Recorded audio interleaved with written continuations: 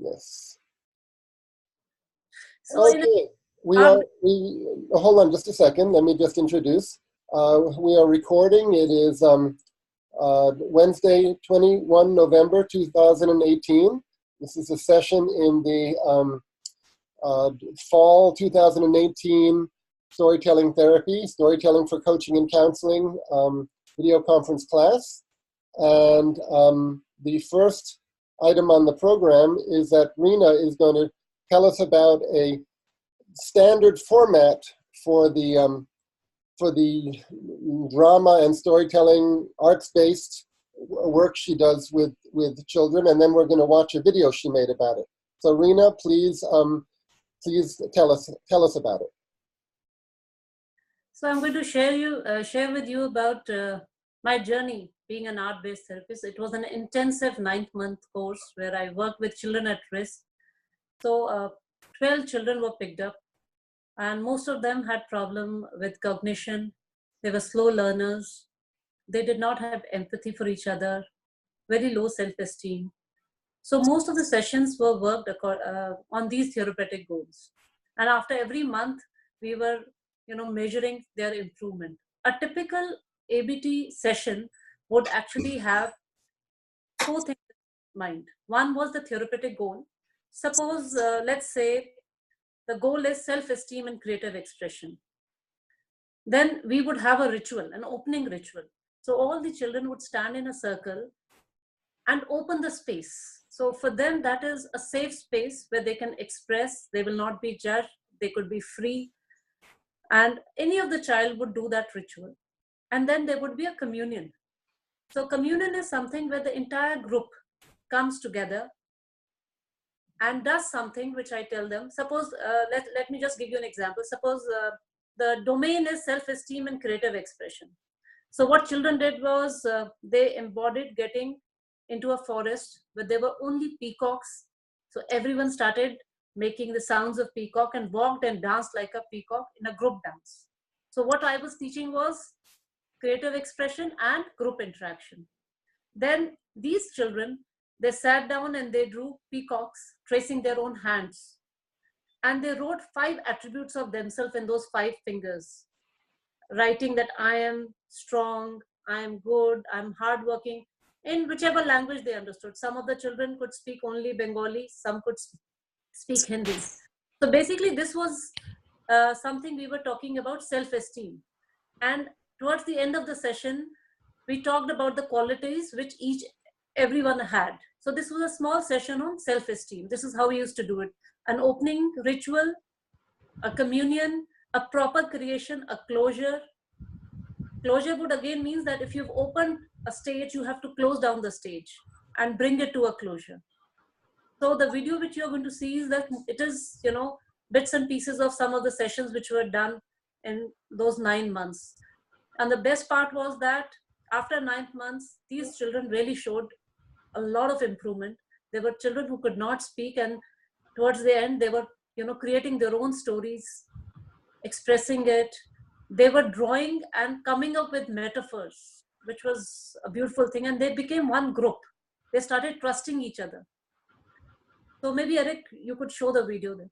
Yes, and you mentioned before 4 or 5 elements that you were especially seeking to develop in this project.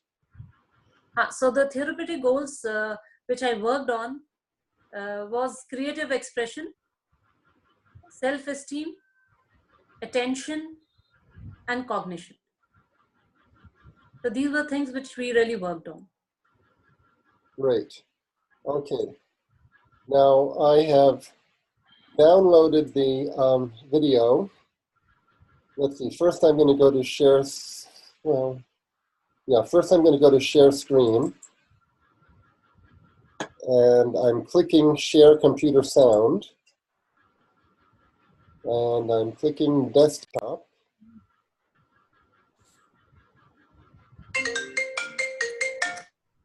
Okay, and now I'm opening the video file. I think I'm going to open it with VLC. a little easier to. So we were supposed to give a name to the project. Okay, yeah. Just a second, just a second.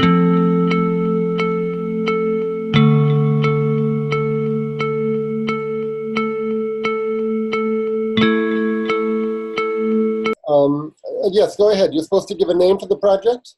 Yeah, so the name I gave was Agaz. Agaz is an Urdu word which means a new beginning. So for me also, you know, I've been in a different journey altogether. So it was a new beginning for me also, basically. So the metaphor which I associate, you know, about this whole journey is opening up of a door. So a door opened up for me. Mm-hmm. I'm so glad that you were working and thinking in terms of metaphors, because you know I've also been talking about metaphors, and we've been trying to do it, but I always feel we need more of an explanation about why we're doing that. But it sounds like it kind of happened naturally in your project. Yeah.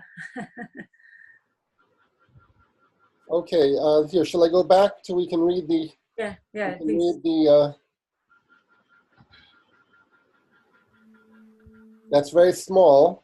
Once upon a time, I came across little stars wandering aimlessly, lost in the wilderness. Can people read this? Yeah. You can read it? You're on a computer. Okay, then I don't have to. I don't have to read it. A voice from within said that you can make a difference.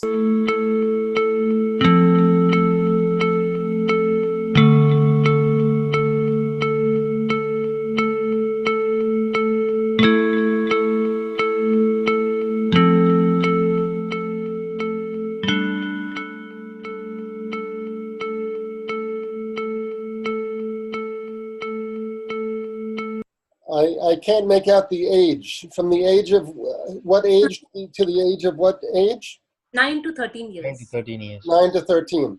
Most of them were slow learners. As I said, we'll turn down the music so we can talk during it. And if you don't mind, at points we'll pause. Rena, if you ever want me to pause so you can say something, just tell me. Okay. Sure. Please go on.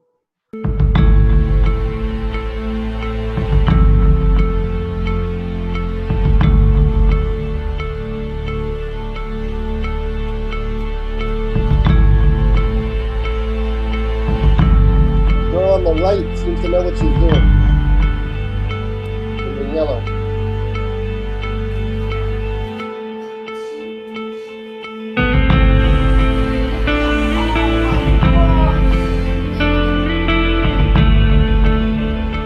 Breast building exercises.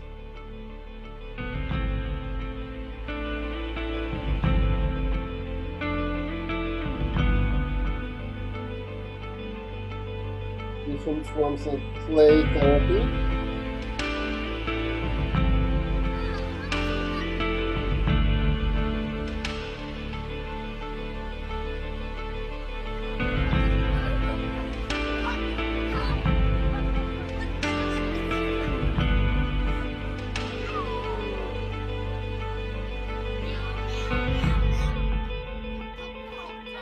So this is everyone's following the leader, right? This is also called mirroring. Everyone's mirroring one person. And this is very nice to do one-on-one, to put people in pairs.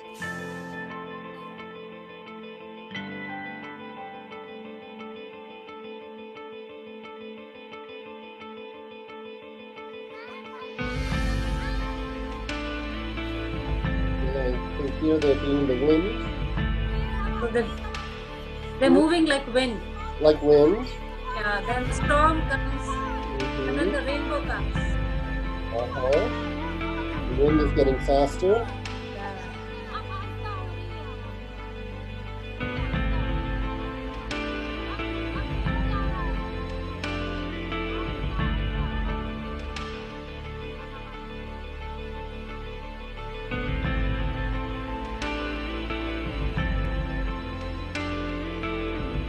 They drew these hearts, and red meant, if a person is angry, blue mint, compassion. So there were different colors for different, and the children actually expressed themselves only by coloring whatever they felt that point of time.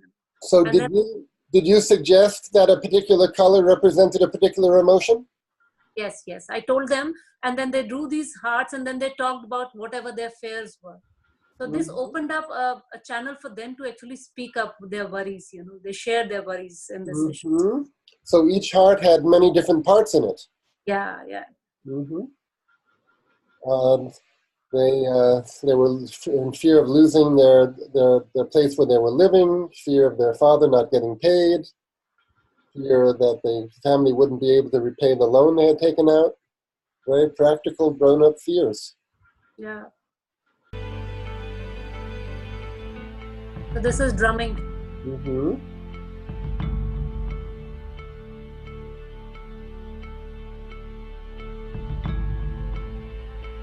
Coordination with each other.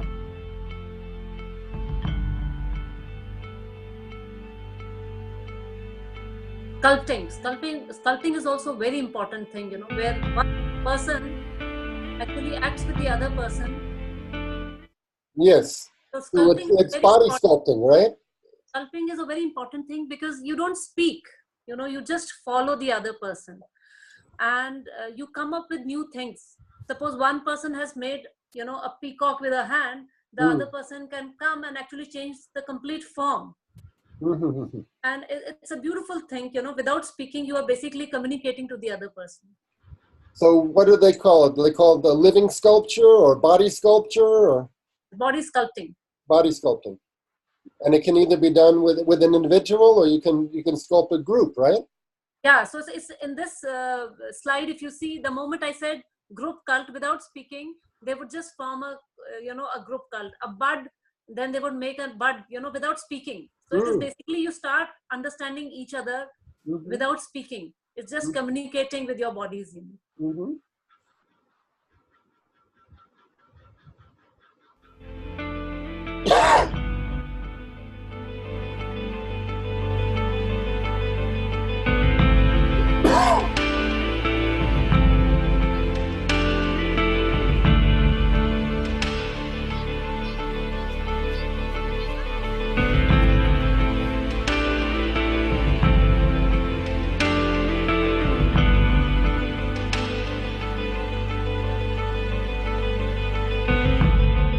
So here's some sculpting with clay or with wheat.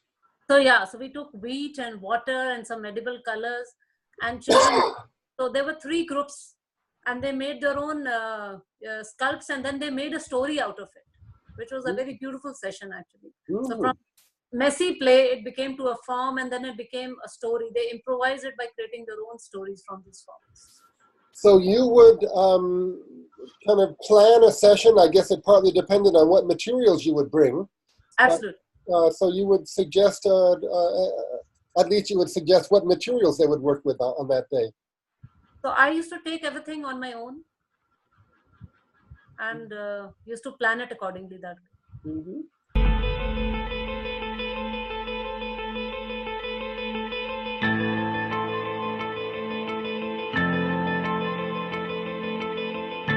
Here they're filling out the different parts of the body with different colors? No, so basically, where do they feel the anger when it comes? So we had actually, this depends on the intensity. So red had the maximum intensity, then, from orange. So then children started speaking when they get angry, what kind of things they do, why they get angry. So basically first they drew all this, they express their anger. When they feel anger, which part of their body feels, hurt and how it goes about it. And then they express their feelings.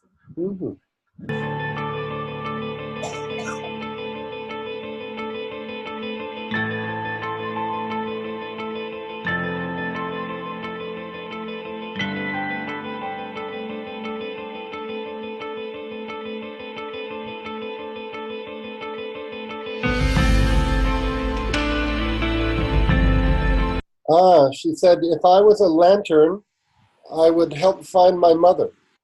Yeah, so we made lanterns out of paper, colored it, and then everyone was to say, if I was a lantern, what I would do. So all the children, expressed their inner feelings. So the lantern developed as a metaphor for providing light and helping one discover something that one wanted to discover, or find something one wanted to find.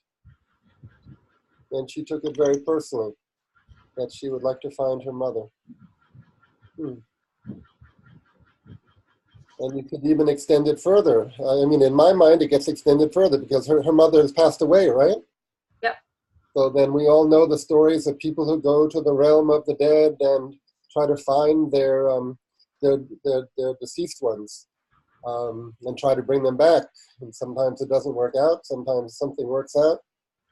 But they need a lantern along the way, certainly. Absolutely.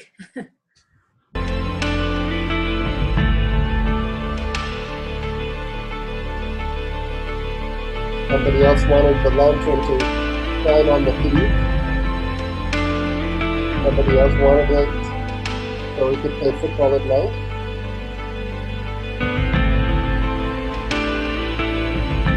Somebody wanted every day to be Diwali.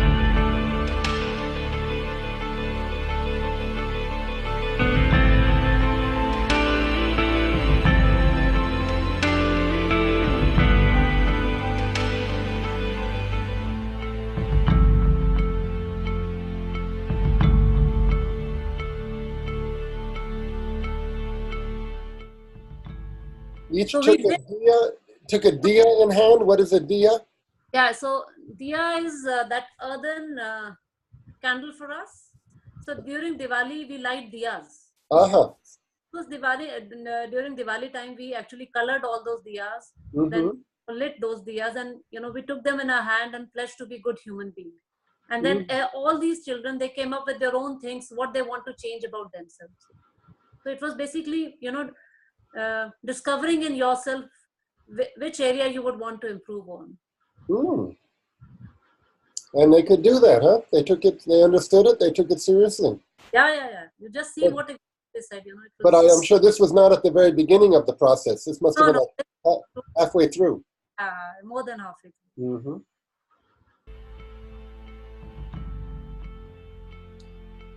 Pledge not to miss school.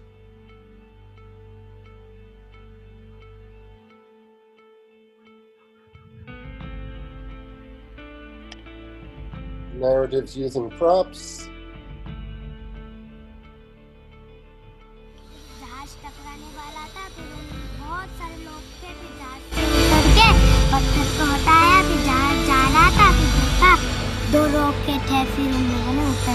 बेटा दिखाना अपनी photo एक अड्डा मिला तो वहाँ पे रुक गए, रॉकेट नाव से उतर के रॉकेट के पास गए, रॉकेट के रॉकेट के पास अंदर घुस गए।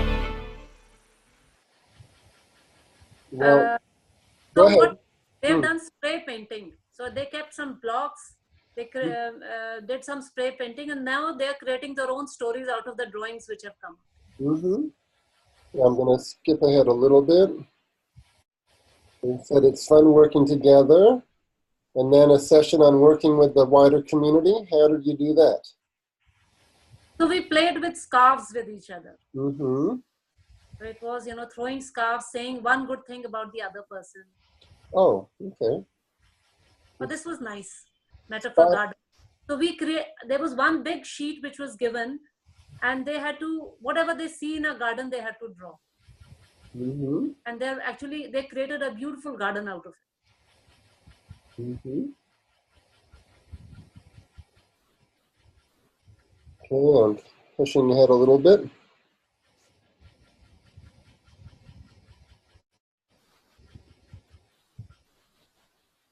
Okay, it looks like just a lot of colors there, but he made a story out of this? He had a story? So you were supposed to smear the paper with colors, just throw the colors, and then you take a brush and make something out of it. And then you create your own story out of it, Well, I see a kind of a auto rickshaw in there, or a car in there. Stories about the car only.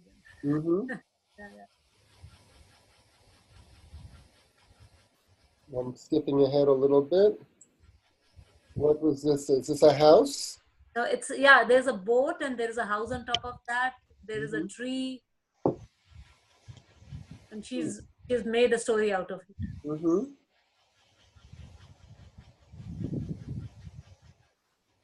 So there's a mountain, there are trees, there's water flowing.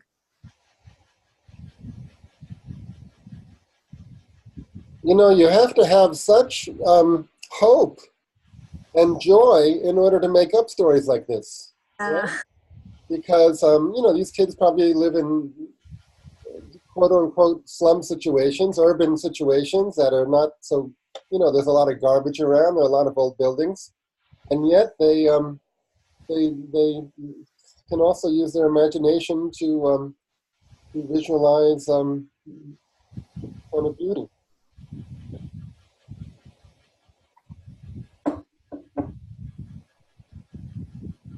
There's the house in the colors. There are birds. Mm-hmm. So what did you do? You told them first mix a lot of colors. And just throw. They were throwing watercolors. They're just smearing it. So what was your instruction? Did you say go ahead, smear colors, do whatever you want, or what? Yes. That's what I told them. So I gave them blank sheets. I said just throw colors randomly here there. They just threw colors, and then I said just have a look. Then they moved around all the pictures. They again came back to their own picture, thought about it. Then they were given only a plain brush, no colors. Mm-hmm. And they made some outlines and they came up with things, and then they came up with stories. Mm-hmm. So the house is a sort of in the foreground against the background of all the colors. Mm-hmm.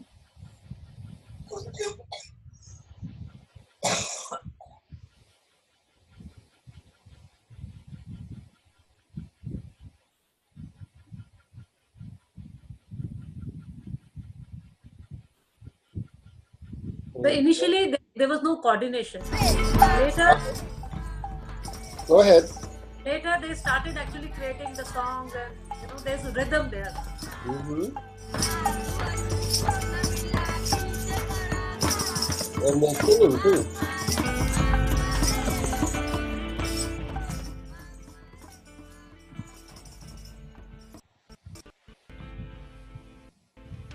Christmas.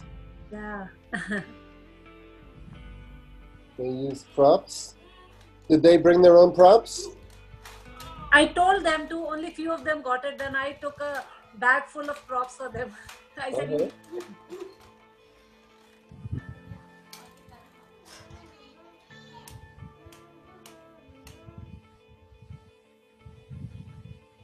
So for this session, first I had to do the. You had to do the what? The narrators with props. So I took some props and I made a story. I told it. Then they created their own story. Mm-hmm. You feel it helped them to develop and manage their own emotions and behaviors. So this is gibberish. Mm-hmm. And he's trying to force something on her, and she's saying, "No, I don't want it." So they don't have to speak in any language. They just have to make them. Mm-hmm. But they're familiar with the emotions of somebody trying to push you into doing something and resisting against doing it.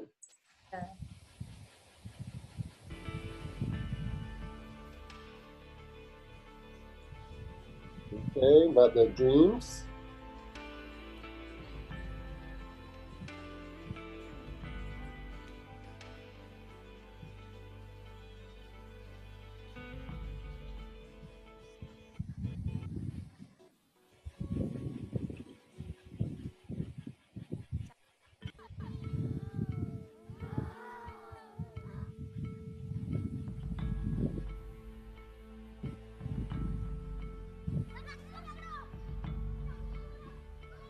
They're chasing the monster.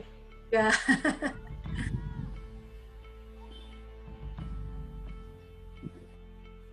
Okay. Somebody's collapsed, and now they're being reanimated.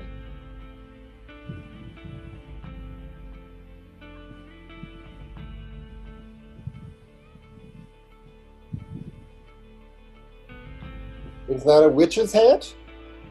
So yeah, so one is a witch, another is a beggar. So I gave them slips.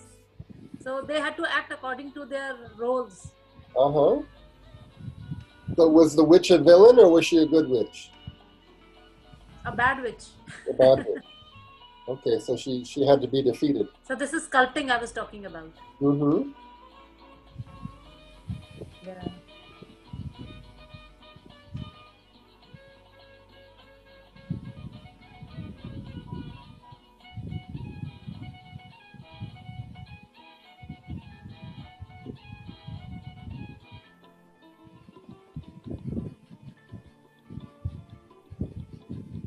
So here it seems each one is coming in and adding to the sculpture.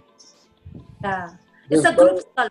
Yeah, so there's no individual who's controlling everybody. It's just everyone is coming and making their own contribution to the scene. Yeah. They just have to touch the person. Mm-hmm.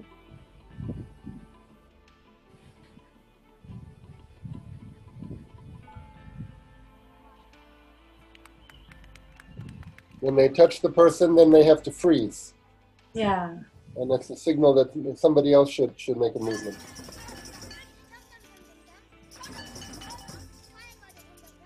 So this seems to be a form of storytelling or group drama.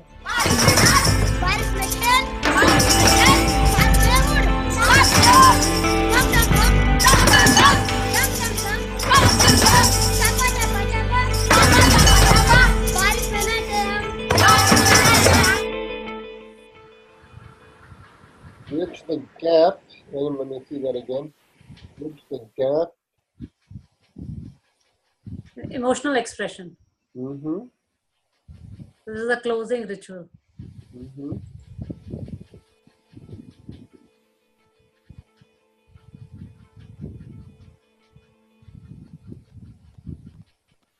So if they've opened a curtain, a closing ritual will be closing a curtain.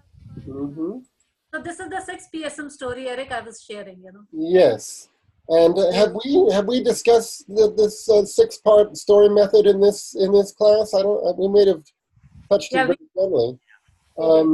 Shankar and Bhavani Shankar, it's a way to help a client make up a story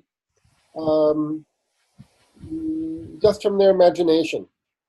And the hope, the belief is that whatever's on the client's mind will come out in this story, especially in terms of ways the client wants to improve his or her life. So the first instruction, there are different ways to do it. The one particular way that's been made famous by a certain psychologist from Israel is that in the first, there are 6 squares, and in the first square, you create a character. In the second one, you somehow represent what the character wants. If he wants to go someplace or do something or make something. In the third, I think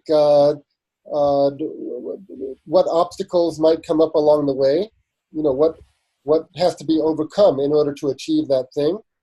Then in the fourth, what kind of support the character has in terms of family, friends, animals, whatever, and then what happens along the way, and finally how it ends. So I'm always amazed that often people come up with interesting things. I feel that if someone asked me to do this, I would freeze up. And I'd said, I just don't know. So when I do something like this, I spend more time on the first part, and I say, okay, think of a character. It might represent you. It might represent somebody else. It might represent a character from a movie you like. It might represent an emotion of yours, some feeling, and then think about where the character is. Is the character in a forest area, on the beach, in a city, in a flat, in a classroom? So I take more time to encourage the client to really meet the character and let it come up from the client's unconscious, really who the character is, before I ask what is the mission of the character. You see, it's a standard practice in story composition to believe that every story has to involve a character wanting something. So because I'm a contrary person, contrarian, I have what is it, defiance disorder. I always say maybe there's a character who doesn't want anything. But in any case, I stress the character development before we get to the stage of what the character wants. But I certainly recommend Shankar and Bhavani Shankar. If your clients seem like they might be open to it, invite them to do this. And the idea is that you invite them to draw because sometimes material comes up from the unconscious better when it comes in pictures as opposed to if you just try to bring it up in concepts or in words. Rena, would you like to add anything about the 6 PSM idea? So I would just like to add, before these sessions started, I did a 6 PSM in the beginning, and I did 1 6 PSM for the same child towards the end of my 9 months journey with them. And there was a lot of change in their thinking. Their stories in the beginning were not conclusive, did not have a happy ending. There were darker side to it. And towards the end, when I did the 6 PSM, they were beautiful, there were butterflies coming, and there was camaraderie, people were evolving. It was good to see the change in the thought process, in those 7-8 months which we had, vis-a-vis what they were actually drawing in the beginning, Did the stories make sense from the beginning, or did you find they made more sense as the time went along, or was that an issue? So, I did 6 PSM in the beginning, and then I did 6 PSM after 7-8 months. So after 8 months, the stories were evolved. They were more conclusive, had a happy ending. So there was a change in the thought process. It was good to see, the children were thinking thinking about happy endings, and it was a conclusive story. So there were obstacles there, and most of the children were able to come up with healing things, where they were able to find a solution or to the obstacle that was there. And did you find usually that they could come up with a thing that the character wanted? Not in the beginning. Mm-hmm. Not in the beginning. They were all confused when they did it in the beginning. But when we did it after 8 months, they were able to find, a solution, maybe to overcome the obstacle. That was a beautiful. The thing is, first they had to come up with a problem. So they were. Yeah. The problem is probably more important than the solution. To formulate a problem, a challenge, something that the character wants. That's the crux, I think, of this activity. Okay.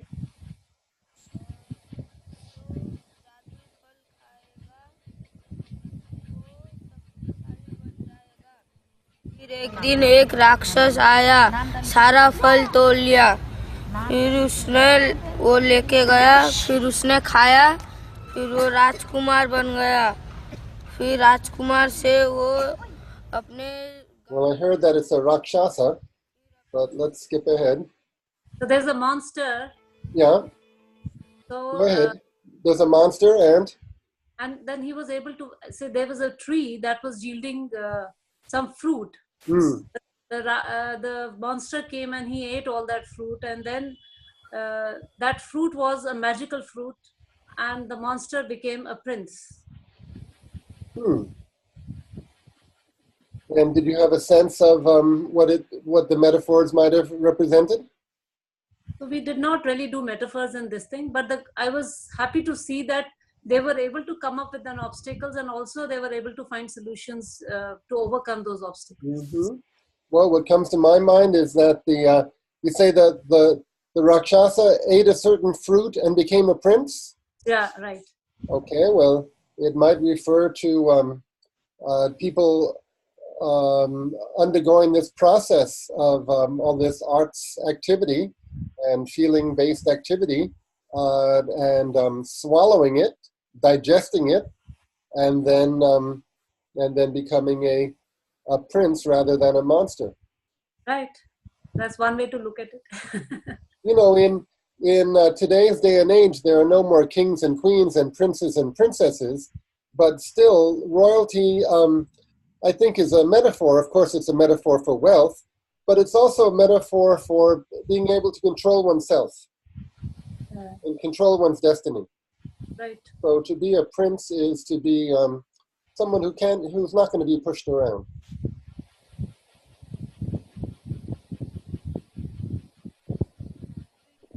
See, this is the woman. I didn't think she was you. She was a facilitator, so she's telling me, I mean, what is the improvement that she's seen in the children. Mm-hmm. Let's skip ahead. I will send, if it's okay, Rena, I'll send everyone the link to this. Yeah, please do that. See, I downloaded this. And still, I'm afraid YouTube is going to send me a message as soon as we hang up telling me that I violated their conditions. But hopefully not. I landed on this path accidentally, but the love and affection I got from these stars made me realize there is meaning in every little thing we do if our intent is good and if we have certain skills. We help them become more uninhibited and joyful.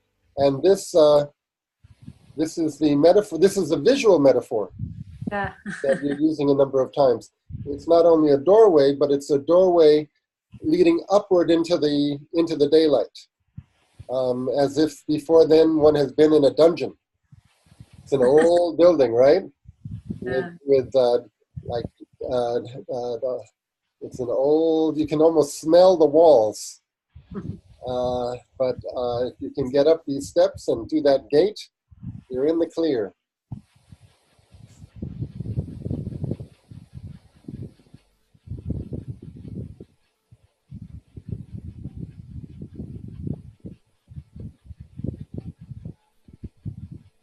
Okay, so have you submitted this to the team there? Yeah, long time back. Uh-huh. Well, I'm sure they approved it very well. Okay, and coming back to us. Okay, great.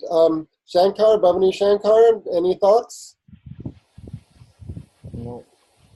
Yeah, it is good to see such an work which is practiced and implemented, shown the improvements. The pictorial video gave more information how it is opened, closed. Even the children of 9-10 age could do that 6 PSM stories, of their own. This is all very fantastic. I get some more confidence that we can do with the client. Yeah, the question is how to do some of those activities with older people and individual people. I think, if you have pencil and paper, you can invite a person to draw. And as I say, the 6 PSM, it's a little rigid in the format. He tells you have to fold a paper in half this way and then twice this way. And you have to start on the upper left and go, go, go, go, go, go. But really, a client doesn't have to fold the paper. Can start in the middle, can start on the bottom, and the scene can develop. Sometimes people want to do a flashback. They want to start where they say the character is someplace, and it's very important what just happened, because the character came from someplace where something happened. So you need a flashback. So that flashback scene probably would be on the left side, and a scene in the future might be on the right side. Anyway, they can play with it. Sometimes people do it as a sort of mandala, with the events coming around in a circle, and perhaps in the middle, the very key image, the key visual, either physical posture or object of the story, so that they'll put the key image in the very middle. Okay. So now, Rena, have you found anyone to undergo this process in 3 sessions? If you recall, Eric, last time I shared a story of a friend Remind me of. I apologize. about a lady, About the what? about a girl who was the youngest in the family, Mm-hmm. who was pampered and overprotected by her elder brother and sister. Yes. So low on confidence, very nice, wanted to please everyone. And the biggest challenge in her life came when she was married. There was an arranged marriage, and the husband wasn't that good. And then she took a firm step and said that she will not go back to that person. So there was resistance from the family, but she put down her foot, and then I remember now, yes. And what was the metaphor that came out of this? Was there a metaphor? Was there a fantasy story that supported her? I would say a new dawn. Okay, and no, anything more specific than that? Are you planning to meet with her again? No, so she has come up with a story. Do you want me to share it with you? Yes, but did she write it down? Yeah. She wrote it down. Now I have asked her to do some changes, but the first draft, maybe I can read it for you if you want. Well, we only have 20 minutes left. Let's hear it from Shankar and Bhavani Shankar, and then we'll figure out what to do. Shankar, have you met with a client once or twice? Yeah, I met, and I have actually was telling about this 6-part story. So I introduced, and he told I'll go Google search and I will see how to do it. And I also told him how to, go ahead with that. And he told once I complete, I'll let you know. So I don't want to give more information or to make him confused or something like that. Okay. I thought like we'll go step by step, so I have started with this. Has the client given you a good sense of his or her life story? Yeah. Can you So give us a sense of it? not exactly. Still, the problem is the person is going to that particular age, not the age, that particular day, what he felt, and is coming back. But it is really difficult for me to actually understand the complete life story. He's just telling each and every, he's telling in bits and pieces. So it's really difficult for me to, put it like a story. How old is he? He is 27. Working? Yeah, he's working In what field? in purchase. In sales, in business. Yeah, in sales, in business. And how have you met him? He works with me, and I am into HR and he's into purchase and sales. So has he expressed any ambitions for the future, hopes for the future? No, no. Has he expressed any frustrations with the present? Yeah, he was actually telling what are the actual frustrations he has and difficulty. So you're working, still working. There are certain things which I can't, tell openly, but still, in from a bird's eye view, there are certain issues which he has both in the organization level. And last time I was actually telling that he was for 6-7 years he was working in one institution, and now he's not able to sit and work in systems. So Yes. yeah, so that difficulty we were actually discussing, and I asked him what corrective actions you can make. So initially what he has told is for first 1 week I'll make sure continuously I'm able to sit in just a chair for 2.5 hours, and then the next week I'll increase it to 3, 4, 5. Slowly he would take it, is what he has done. So he has his own method of doing it, so I have left with him. So maybe after a week or something, I just need to follow up and see whether how his plan is going on. Mm-hmm. The 6 PSM, there's I'll send you, I've written about it. I've described it carefully in one of my essays. Okay. It's not that complex. As I say, it's the classic formulation is just number one, character. Number two, what does he want? Number three, what is stopping him from getting it, him or her? Number four, what is helping him to get it? And then the number five is what is happening along the way. And number six is how does it end? But as I say, I would recommend, or, you know, it's up to you if you want to do a 6 PSM as defined by a particular psychologist, or if you want to develop your own method. The method that I've developed is more, who is this character? Does he represent a part of you? Does he represent a part of someone you know? You know, does he represent an emotion? To talk more like that with the client, to help the client come up with an interesting character before you ask him what does the character want. Yeah. But you can feel it out. Bhavani Shankar, can you still hear us, Bhavani Shankar? Yeah, I'm here. Oh, okay, you can hear us and we can hear you, but we can't see you all of a sudden. Okay, there is some connectivity issue. Is there? Let me sort it out. But it's okay. I can hear you. It's okay. Yeah. We can hear you. That's enough. Yeah. Will you tell us? Have you found a client you can work with? No, yet to identify a right person.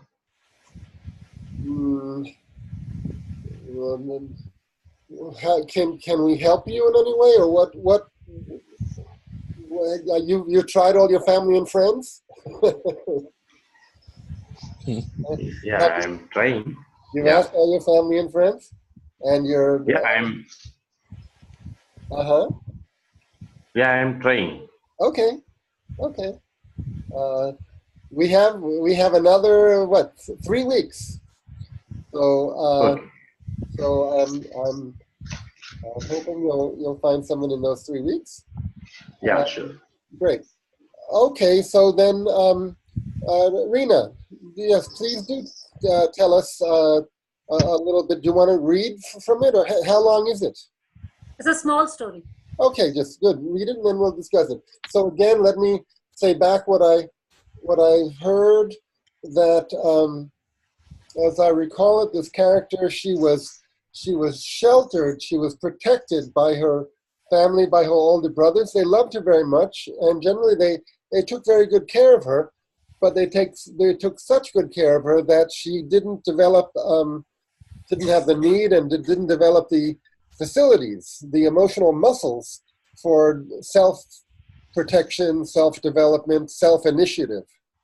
Yeah. So now here she is older, and somehow it seems she's feeling a need to develop self-initiative, self-development. Okay, so what has she sent you so far? Okay. So she's given the name of the story, Strength and Love. In a beautiful castle on top of hill lived a small princess named Sophia. She was the youngest member and had always loved doing things her way. She was well taken care by her family and friends. Being youngest put lot of restrictions on her. Nevertheless, she was always happy. Sophia would often go extra mile to help people in need and was a great support to her friends. All she knew was the love and the support of the people around. Never had she faced the betrayal or the bad word from anyone. But when she was growing up, one day, a strange thing happened. While she was playing with a friend in the jungle, she was abducted from her safe place and was taken far away.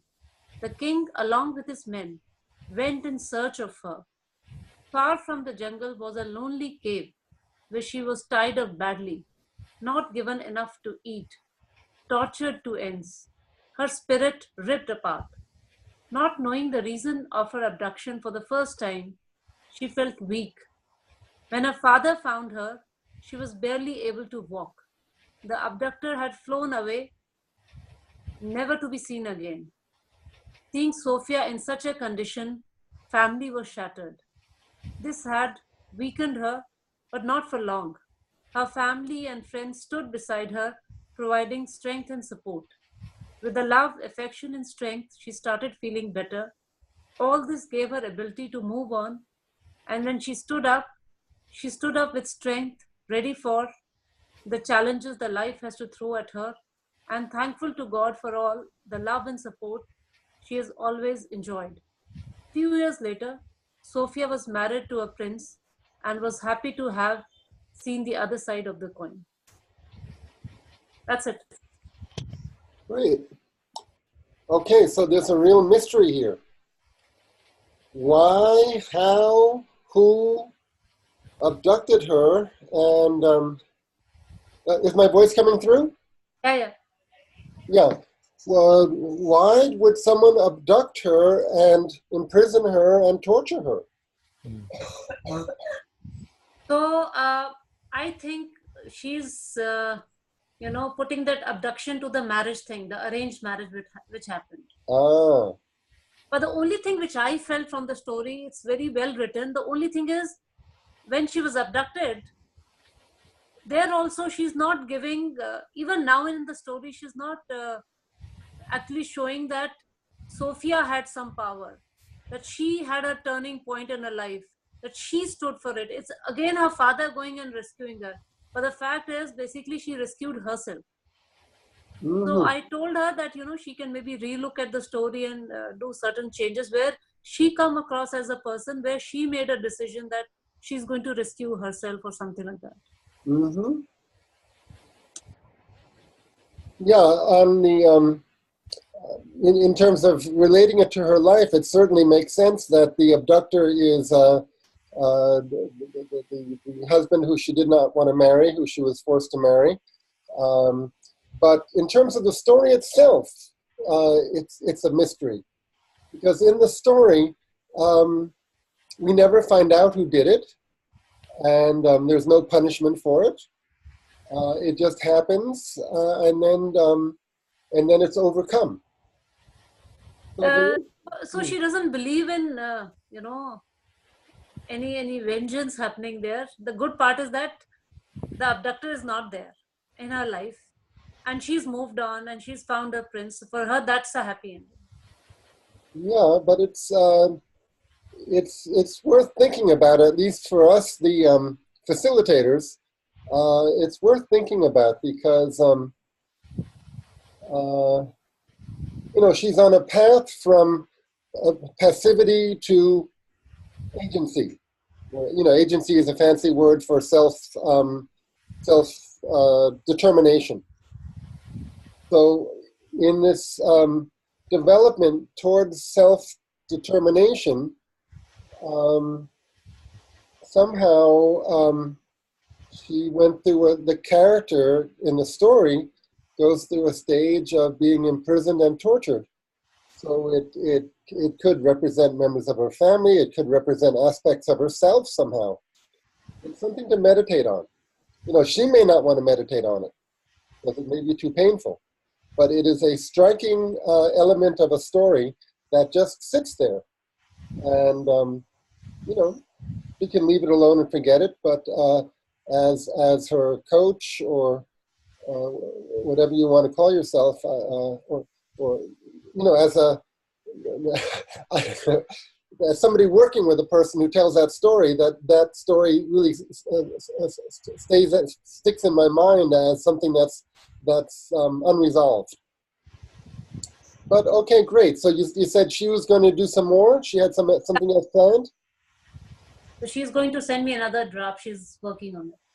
Oh, okay. Well, you might gently raise the question to her. I would not suggest relating it to her marriage at all.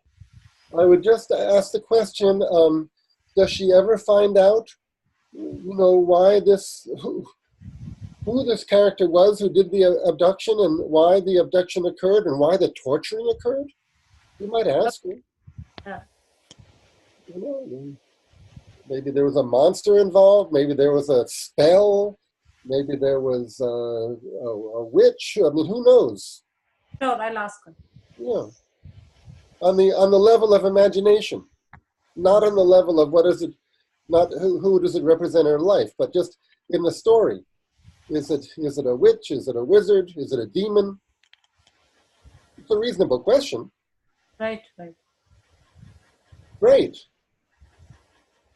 Okay. Well then, Bhavani Shankar, can you still hear us? He's muted himself. Yeah. Oh, good. Yeah, I'm hearing. Okay, Yeah. good. So, so first let's stop the recording. Just a moment here.